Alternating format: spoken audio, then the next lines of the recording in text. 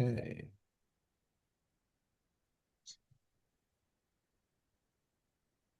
School.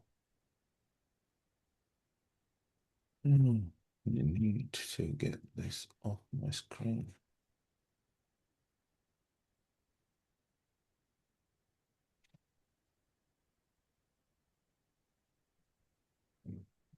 Okay, so second segment. Let's go.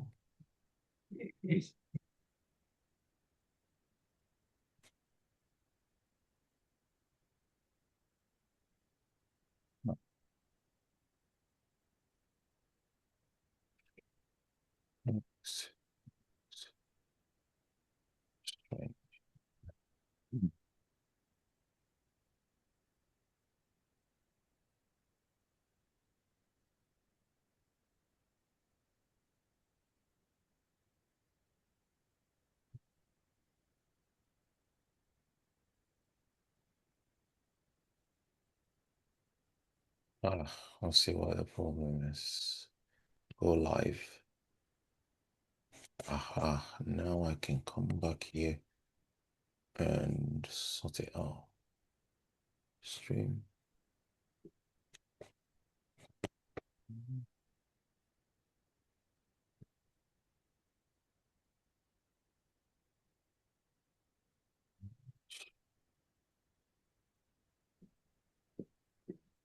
Aha.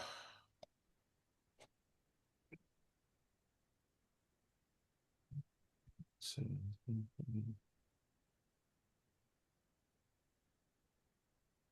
yes, sorry about that. Do you want to do the introduction for this segment for us, please, bro? Yep. Yes. Welcome along, listeners and viewers alike. I'm Trevor Gear, and he calls me Cuz. And I'm Emmy Hickins, No, and I got it wrong. Let me start again. Welcome, everybody, listeners and viewers alike, to the second segment of The Football Referee. I'm Trevor Gear, and he calls me Bruv. I'm Emmy Hickins, and he calls me Cuz. Welcome to the football referee second segment. Now, I've seen this about AFC Bournemouth. They've actually won by 10 goals to one. So they played a Serie A side, Genoa, in Right. a friendly for ten goals to one. That's sending shivers down the spine of a Premier League teams, aren't they? What Mm. what do you what do you think of Bournemouth this season? You think they're gonna get far? Yeah, I mean, they've lost their manager, of course, haven't they? Iriola. He's gone to Liverpool. So that'll be interesting to see how they do. But yeah, I mean, Bournemouth, I don't know who their new manager is. I've probably seen his name. Do we know who it is? I don't. Yeah, that's another thing, isn't it? I don't know who their new manager is. No, well, we'll keep an eye out for that. But Yes. yeah, I mean, if the new manager continues the work of Iriola, then Bournemouth, I think, should do fairly well.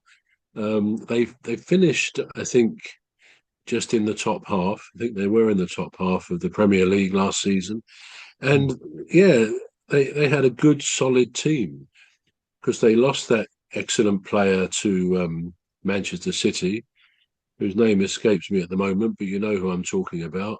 Yes, Um, it's Seneko or something, was it?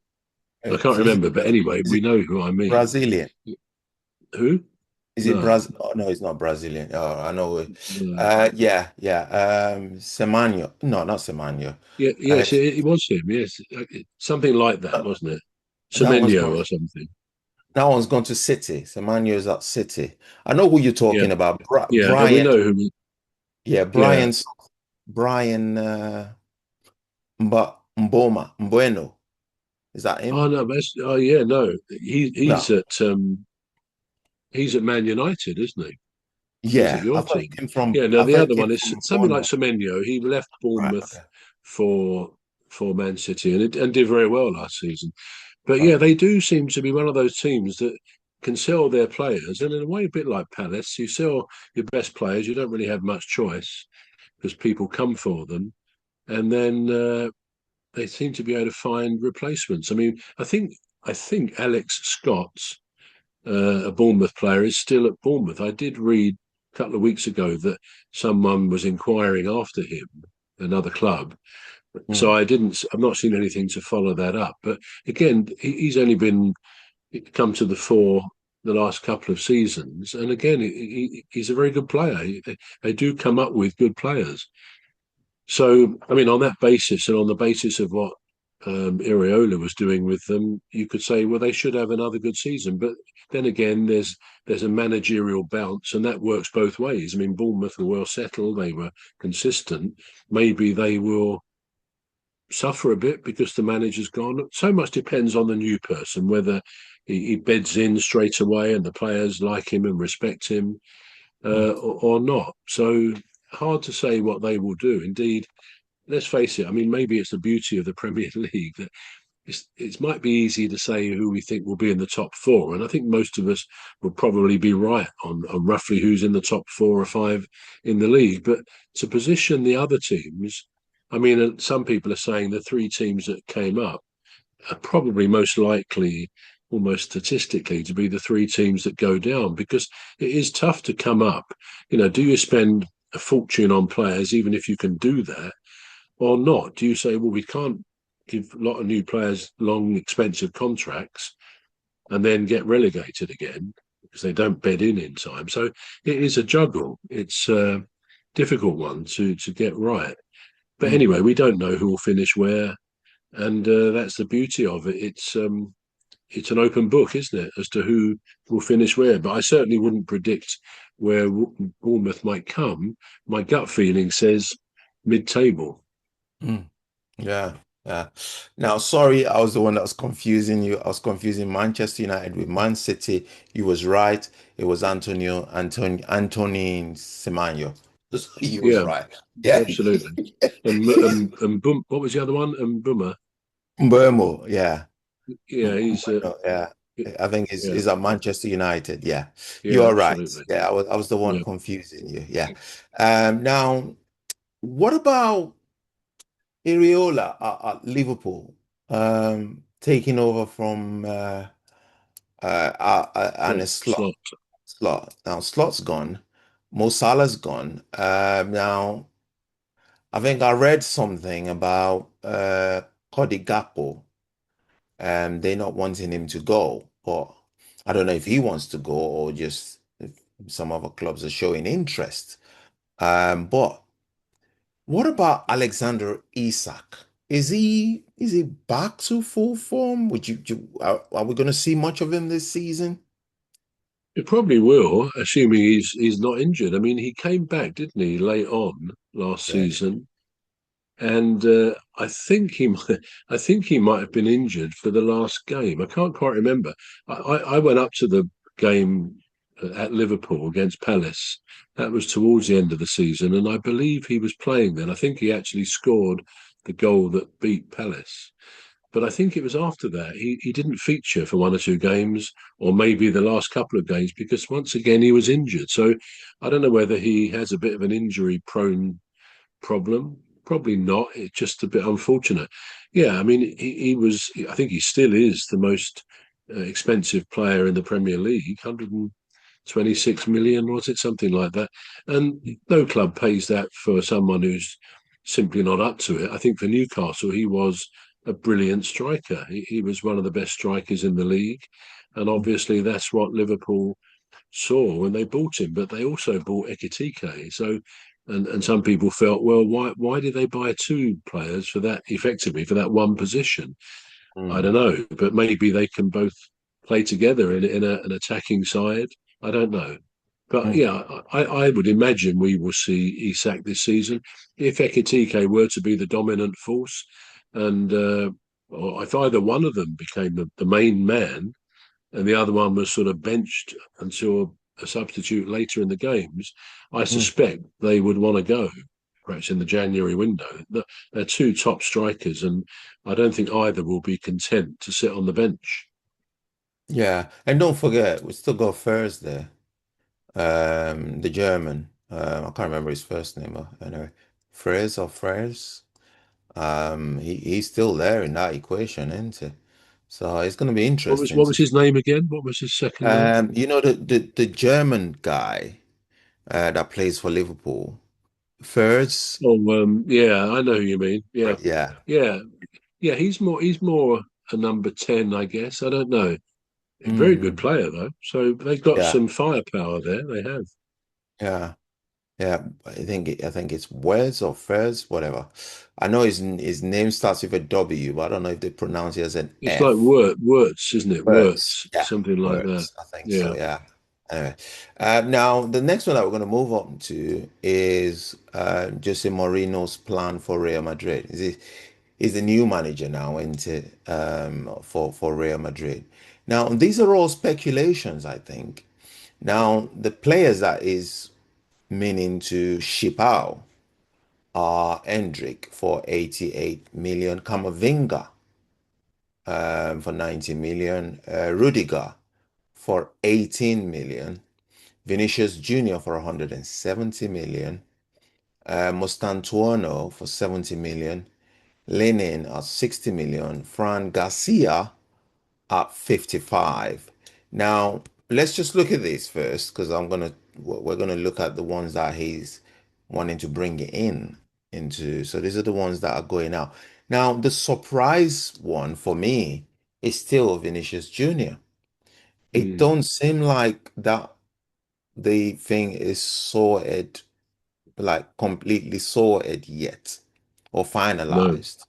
That is staying. So I don't know where he's gonna go. I don't know, but Arsenal will be watching Well, close yeah, they second. will. And the last thing I read, may have been today or yesterday, was that I thought the other day it seemed he had resolved the situation that he was going to stay at Madrid. Well, what I read subsequent to that was that he wants to leave. Hmm, So we don't know whether it's between manager and player or whatever. He's been a good servant to Real Madrid, hmm, but apparently they've offered him. I believe it said they've offered him a contract of 17 million pounds a year, which is quite something, isn't it?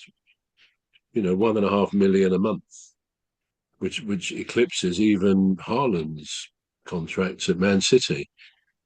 But he says he feels he deserves from the transfer some recompense or some recognition of his contribution to Real Madrid over the last few years, which is an interesting new suggestion. I mean, they have their image rights, don't they? Their sponsorship money. Most of their other money probably exceeds their salaries, their wages from their clubs. But it's a new one to say, I want a payment in my new contract. So you'll have to negotiate that for my years I've spent, achieving things with Real Madrid. But anyway, that's what he said. Now, they won't go higher than 17 million, Real Madrid. So Arsenal apparently are interested, and the implication of what I read was that they are at least thinking about sort of breaking the bank, as they used to say, breaking their wage structure, which they certainly would need to. And they're talking, I think, as you said earlier, about 170 million is the sort of the asking price, which will make him by far the most expensive transfer in the Premier League. I think Isak is the next one down there. hmm, So, and that money that within that arrangement would be his salary, which I guess they need to be looking at. Who knows, 19, 20 million a year, some of which may be this recognition payment for what he's done at Real Madrid. hmm, It certainly looks as if he's not going to stay at Real Madrid. You listed all those players who Mourinho wants gone, hmm, and it's all very well. They can put these numbers, these amounts of what they expect to get, but that doesn't mean to say teams will be prepared to buy someone who Real Madrid want to offload for 88 million or 70 million. It's very nice to put those numbers down. Maybe this is the current market. hmm, Rudiger, I think you said, was 18 million, which probably is right. He used to play for Chelsea, I think, didn't he? And he's probably into his 30s, so that he could be a bargain buy for somebody. But again, a lot of these players, they won't want to leave Madrid probably unless they've really fallen out, a bit like Junior seems to have Mm, done. And mm. I guess a change is good for these players as it is for anybody else. So it's going to be interesting to see. But I'm not sure. I think I would be a bit surprised if Arsenal break the bank and go and buy him on that sort of money because we know how do you keep the other players happy? How do you keep Haaland happy, who's picking up what 500,000 a month, I think, a week. Sorry, a week, 500,000 a week. So maybe maybe he's still up there with a very good contract for, I think it's for 9 years as well, Haaland. Mm, mm, But if you start breaking the bank against other existing players, Saka and Declan Rice and the other players, they're all going to be saying, hang on a minute, he's so far ahead of what we're getting. I want a bit more. mm. And so it's often a recipe for unrest when they break their salary structure and all that goes with that. So we'll have to Yeah, wait and see, I guess. yeah, well, yeah. But it'd be good to have him in the Premier League. But at that cost, I don't know. I don't know if it's worth that. That price tag that is imposed on him, or is being given him. Really, 170. What is also interesting though. Now Yeah, I don't. I mean, Jose, to be correct, his name is Jose Mourinho. yeah. He's been the manager there before, as we know, and he's been to a number of clubs twice, I think. And I think we all probably like him as a personality and as a manager. He does tend to win trophies for clubs. But I don't know when he left Real Madrid before. Mm, I can't remember at all whether he was fired or whether he left of his own accord. But the chances are that he left with, as often happens, with a big payoff, especially if there was a bit of time. He may not have done, but this is the more likely thing. If there was a bit of time, a couple of years on the contract still, they would have had to sort of agree a sum to pay him. And we've said many times that football management, certainly in the top levels around the world, is probably one of the only jobs you can actually fail at and get fired and walk away with a shed load of money. So Jose, he could have he's agreed to come back. They want him, and he's got something, isn't he, which not many other managers have got. Even when mm, he's fired, he still, in 2 or 3 years' time, remains an attractive possibility when a club is changing its manager, because most of the time they think, well, he did win the league with us, he did win a cup, he did do this, and he's got that ability, and of course with his personality, which is kind of universally popular with football fans and others, then he almost is always going to be a winner of some sort. And I wouldn't bet against him winning the Spanish league this coming season. mm, I think he'll have a good chance of doing that. Yeah, he's got the best players, and he'll no doubt attract the best players like Rodri and others. mm. But he's got to have something, and he obviously does have something. So yeah, it's not a bad, nice work if you can get it. I would say. Yeah, yeah. It'd be nice. Now, so we've looked at the ones that they're looking or likely to ship out. Now, let's look at the ones that they're looking to bring in. This one is going to make your eyebrows twitch a little bit.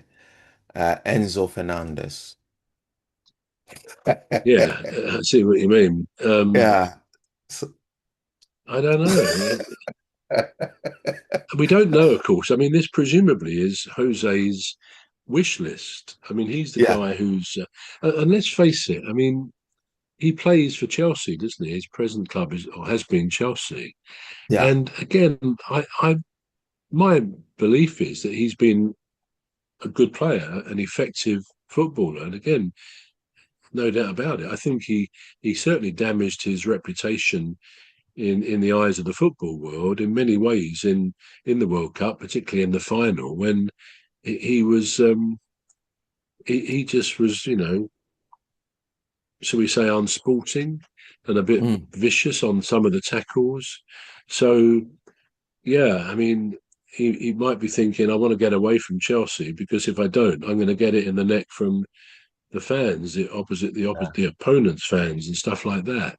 Yeah. But as a footballer, I would say, I'm not convinced he is the la creme de la creme. I don't. He's not up there with Messi or Ronaldo. I don't believe, but he's a good, effective, mainly midfield player.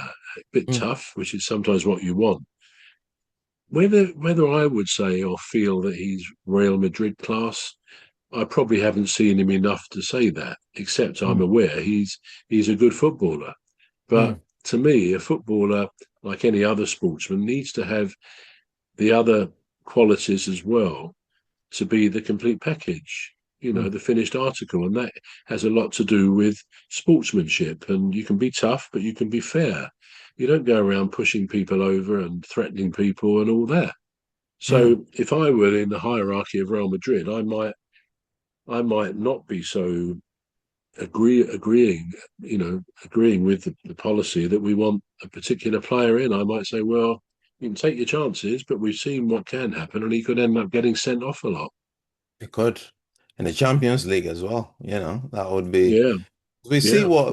We saw what he did in the Champions League, this last season's Champions League with the ball boy. Mm, He pushed him so viciously, just to yep. get the ball off him, and I thought, so when I saw what he did in the World Cup, I thought this is just the real him, because he did apologize, and I thought, all right, Mm, so an apology was in order. But then when he did what he did in the World Cup, I thought he's never gonna change. This is who he is. no, it's what he is. Yeah, Yeah, yeah, this is who he is. So they're looking to get him for 105 million, but.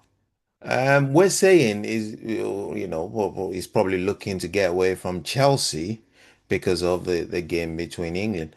But what about Spain? He's going to Spain. That's even worse, yeah. isn't it? Well, yeah, Because yeah. we're in the finals with them. No, it's very, very true, isn't it? Yeah, Very true. yeah. And the next one So, for yeah, go on. 55 million euros is Saliba. How many Um, euros? 55 million euros. 55. Yeah, so that's Saliba. Diomande. Now, this is a player from RB Lisbech, RP Lisbech, or something. Leipzig. Yeah, Leipzig, Yeah, Leipzig. And he's been in the news a lot lately because he was linked. First, he was linked to Madrid, and he was linked to Liverpool, and then he was linked to Man City, and now, he's here for 120 million euros. Um, from what I gathered, as per today, he's still in his club, which is that Leesburg yeah. club. So you never know. But Well, you're I saying would, he might be going to Real Madrid. Is that what you're saying? yeah. So he might be going Yeah, to the Real Madrid, but he was linked to Liverpool. Um, right. I think 2 weeks or last week. There was a lot of rumors about Liverpool, him doing medicals at Liverpool. But yeah, you never know. There's Akluche. I don't know who that is. Mendes. They both Mendes and Akluche are both 40 million euros. And then there's Rodri. Now it says Rodri and then it says loan. So is Right. Man City, is Manchester City not really willing to sell him? They just want to loan him out. Is that what we're getting here? Yeah, I don't know. I mean, it sounds like it.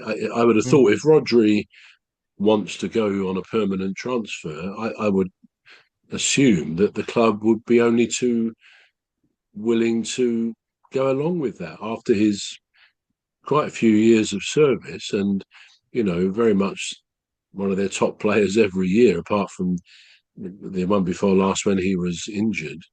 mm, And when he was playing, they tended to win their games. And so, somebody of that quality and his service to Man City, you would have thought if he really wants a transfer, a loan, I would imagine, can be a bit unsettling for a player if it's a move he really wants, because he knows he could be sort of pulled back at a moment's notice if your parent club is lots of injuries and stuff like that.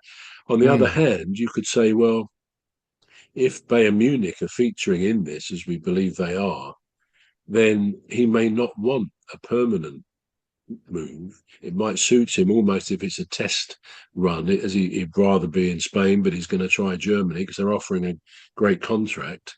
It might suit him to go out on loan so that okay, it's going to be for a minimum time, half a season or a season, but he could still come back to where he knows he's safe and valued if it mm, doesn't work out. And I suppose that could apply to the other two as well. But I would have thought if he wanted to go back to his home country for one of those top two teams, mm. I wouldn't. I can't think of any reason why he might prefer a loan move. I don't Yeah, know. I don't know. I'm quite surprised. I thought he was gonna move outrightly, and just go. Now this next one is a Chelsea player who'd recently, I didn't even know that his ban had been resolved. Now it was under a ban. It was a Ukrainian player called Mikhailo Mudryk. Do you remember him? Okay, Yeah, Modric.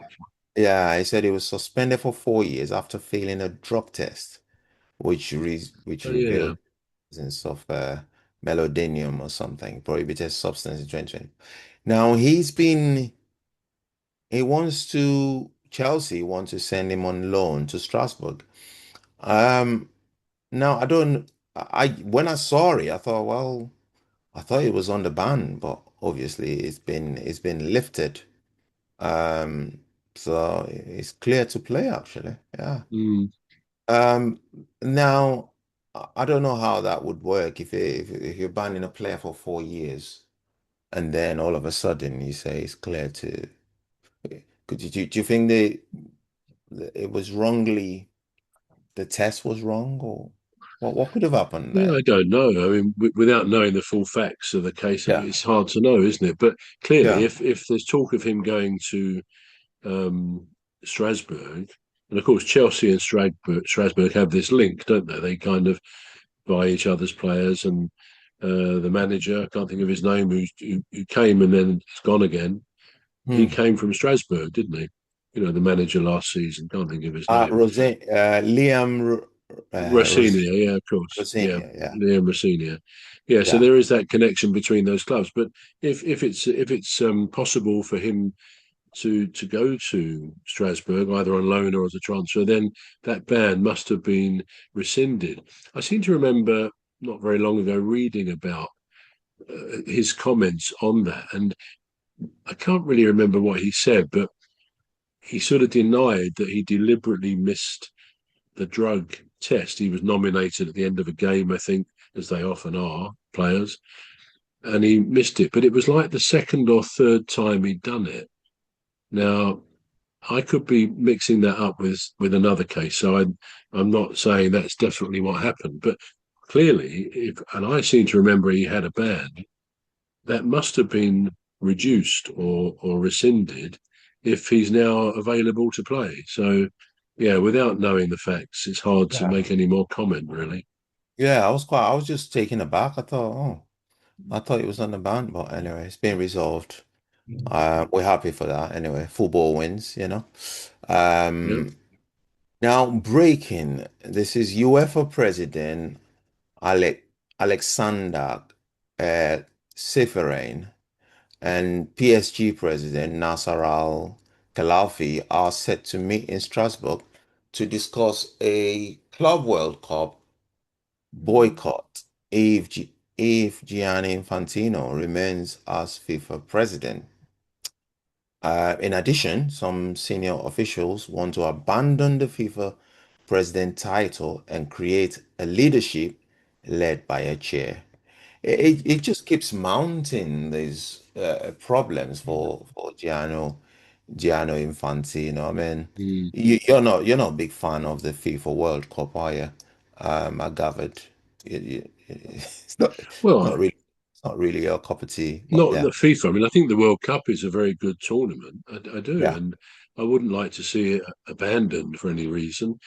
And Mm, there's been talk before, hasn't there, of you probably only need three or four serious countries mm, to say we're boycotting the next World Cup.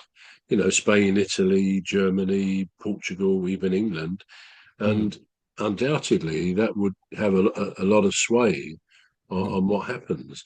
I like the idea that you read out there that FIFA should be led perhaps by a committee led by a chair. And I think that's far the better thing because we know the years of Sepp Blatter, that they were not satisfactory years. And the ex-French footballer, mm. can't think of his name, but I think they were both banned from football for a few years because there was a lot of evidence, I believe, of corruption. Now, we don't know what all that was, but there was enough there for them to be banned. So, again, maybe it's the old thing, isn't it, that power corrupts and absolute power corrupts absolutely. And that probably is a truism for life itself. We've seen it in maybe dictators, not benevolent dictators, but dictators around the world. If you've got all that power centered in you, you know, no one's going to say no to you. They'll Mm. always do what you say. And you suddenly cotton on to the fact that you could get anything done, presumably, because you've got all the power. So I don't think it's ever a good idea that one person, and certainly FIFA with that history. And I mean, the other day I read somewhere that Gary Lineker, um, who certainly perhaps many of us don't always agree with, Mm. but when Infantino was appointed, he said words to the effect that it would end up in a similar way to Blatter, that it wasn't a good idea. I don't think he spoke well, shall we say, of Infantino. And actually, it seems he was right that, you know, we can't cast aspersions at Infantino. We're not saying he's done anything technically wrong, but his No. judgment in this business of selling off the World Cup as some sort of investment and a way of making money for associations as well, very much for himself. That's not the way to do it, and the response to that has been overwhelmingly negative for him. So I think Gary Lineker was right in what he surmised would happen. But yeah, I think FIFA should continue. I think the World Cup should very much continue. It's a great festival of football for the world, really. So Mm. that's all good as far as I'm concerned. But I don't think it should be led by one person. I think the idea of a committee with and frankly, if it is going to stay led by one person, somebody I would vote in from what we've seen Arsene Wenger managing Arsenal over many years. You've Mm. got a solid, dependable man of integrity. You can almost because he would sit, wouldn't he, in the World Cup matches with the group surrounding Infantino. So he's obviously part of some of the setup there. And I don't think you'd find a more upright, honest, trustworthy candidate for the FIFA presidency. Mm. As I say, perhaps anybody could be liable to becoming a bit overpowerful, but which is why I still say it's better to have a committee, not a huge committee, because like in any democracy, you can have even half a dozen people discussing a subject, and you'll get two or three or four different views. So democracy isn't always as straightforward as it sounds. Mm. But yeah, I think a smallish committee of people committed to the game and no one having all the power, because I certainly think FIFA and the World Cup should continue. I would never say otherwise. Mm. Yeah, well, we hope. No, I was just talking about the FIFA Club World Cup. I don't know Oh, I if it's see. I apologise. Okay, yeah, FIFA. Yeah, I thought FIFA Club World Cup. yeah. Well, there's reports that, a lot of the teams are going to boycott it as it stands, unless, obviously the issue of Infantino is addressed. Now, I don't know how that's going to be addressed, but now, Oh, can you uh, just excuse me one sec, please? okay, Can you just excuse me, please? yeah, yeah. Hello. Yes, speaking. Yes, indeed.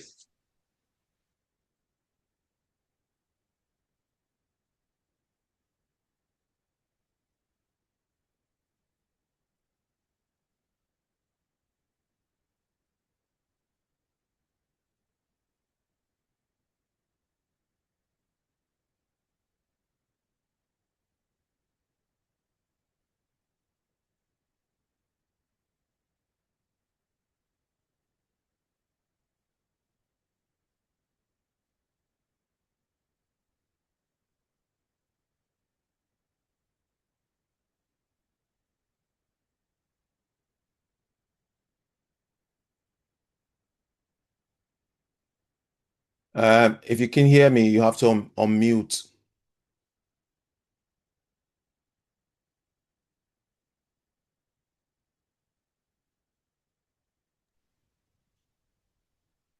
Can you hear Can you me hear now? me now? Yes, I can hear you now. You Yeah. can. Good. Okay. Yeah. I had to mute it because you was on the Sorry phone. about that. No, Apologies. that's fine. No, that's fine. Yeah. Now there was something. I've been trying so hard not to talk about it because but um Vinicius Junior is had that facelift, on it? Is that the cosmetic Yeah. work done? Do Yeah. we think footballers should be getting involved in cosmetic surgery? Yeah. I don't know. I mean, it depends on the reasons behind it, whether it's just vanity or whether there's a more medical reason. I mean, do we know the circumstances Oh there? yeah. Well, not no. Yeah. I just thought you've got enough money, if I had that much money, I wouldn't care how I look. But has he had cosmetic surgery then? Yeah, so he had that chin, and he had it flattened, to look normal. So yeah, he has had it done. Yeah, but you Um, say you wouldn't be bothered. I mean, I fair I enough. But would. if something has affected his life, that he's felt very conscious of how he looks in some way or other, then Mm, as he's got money, you can understand somebody saying, "Yeah, I'll do it. I'll get it done." yeah, yeah. Well, that's true. Yeah. Now, the next one is Marcus Rashford. So Fenerbahce, I don't know how Yeah, I never know they how to want him, don't they? pronounce. Uh, yeah, it said Fenerbahce have contacted Marcus Rashford's management team as the English attacker has become one of their objectives for this summer. Do we think he's gonna go to Fenerbahce? That's in Turkey, isn't it? Is Um, it a Turkish club? Fenerbahce, is it or is Yeah. it Dutch? Is it Dutch? Oh yeah, if it's We ought Dutch. to know that. I think it's Dutch. Yeah. Um, yeah, I don't know. I think if he perceives he's not wanted by Barcelona, and I think he doesn't really want to go back to he doesn't want to go back to Man United. I think that's fairly evident, which is probably possibly a mutual thing. Then I think he will go where he's wanted. I'm sure someone else well known in our league has gone to Fenerbahce as well. But Mm. yeah, I wouldn't be surprised if he goes there. Yeah. I wouldn't be, yeah. Now, Crystal Palace, bruv. I read something about something Mamouche. Now I can't remember his first name now, but Mamouche plays for Manchester City. Man Now City, I yeah. I heard there is links with Mamouche going to Crystal Palace. Is there any substance in that? No, I mean I've not heard of that, but to be No. honest, probably like most teams, most every other day on Facebook or some one of the Palace fan sites or whatever, people are putting stuff on. Not really Crystal Palace fans, but I think some outsiders. Oh, Palace are interested in this person, in that person. Sometimes it's a big name, sometimes it isn't. And the general view is, as far as I'm concerned, and I think most other people, until we get something official, either from the club, because they use Facebook and other things, saying we're interested in this. They tend not to do that. They tend to tell you when it's done, which is what you want. But Hmm. actually, anything other than this is what's happened, or the club saying this is what we're doing, Hmm. I think I disregard it because there are generally so many rumours of most players I've never heard of, but some players you have. I mean, I've certainly heard of Mamouche, but it's a bit self-effacing to say I don't think he'd want to come to Crystal Palace. No, no disrespect to ourselves, but when he's played for pretty much the top team or one of the top two teams in the country for a couple of seasons, I, unless that he's being offered some ridiculous contract, which I don't think Palace would, then no, he's going to want a higher up club. Simple as that. Okay. Now this is a crazy stat. Cody Gakpo was the player flagged offside the most times in the Premier League last season, 30 times. Really? Wow. Well, he must be doing something right to be Yeah. flagged 30 times, be the No, not most. really. He's doing something wrong. I Oh, mean, okay. yeah. I mean, I remember one or two games, even in the World Cup. Just looking at the statistics at the end of games, it was quite encouraging. And I think most of England's games, where number of offsides, it gives you both, like one for England, two for whoever else, and that seemed to be a feature for England. And I know for Palace, sometimes I'm not thinking of any particular player, but sometimes on a given day, a particular player, whoever they are, might you think, oh, it's the fourth time he's been offside today. You sort of say that to yourself or whatever. Hmm. And you think they shouldn't, they must understand the offside rule. Sometimes it's a bit of a tight decision, obviously, with VAR doing it. But if a player repeatedly gets offside, I think that's annoying because it's going to cancel out a goal occasionally and so on. Having said all that, if he was the highest player caught offside and it was 30 times, well, out of 38 games, he's a striker, isn't he? I mean, that doesn't sound too bad. If it was double that, so he's getting caught every game and sometimes more than once. But it would have to be a lot of offsides for me to think, well, he needs some training on how to avoid offsides. But 30, and we say 38 games, but presumably it includes cup games and foreign games, as well. So that's neither here nor there. I'm surprised because there are players who do seem to get caught offside quite regularly, but that's obviously not the case. If Gakpo was 30 in the whole season, I don't think we have a problem. What is the most? Is the player caught most offside or caught offside the most? Well, anyway, now did you know? This is one of the did you knows. It says over the last 10 seasons in Europe's top five leagues, Kevin De Bruyne has created the most big chances, 171. Lionel Wow. Messi is close behind on 164. 171. You look at Kevin De Bruyne, he's not one of those players that stand out like Kylian Mbappe but No, he's doing his thing, isn't it? It's really I mean working. Yeah. yeah, it's an interesting stat though. What was it? Creating chances. Yeah. So Big, obviously big a good chances, pass. actually. Yeah. It Mhm. says big, Yeah, created most big chances. So must have led to goals. Maybe not, but big chances. So that's obviously big, isn't it? yeah. I I mean, mean, if they led to goals, then they would be called assists, wouldn't they? oh So, right, yeah, and that's the measure normally that we judge.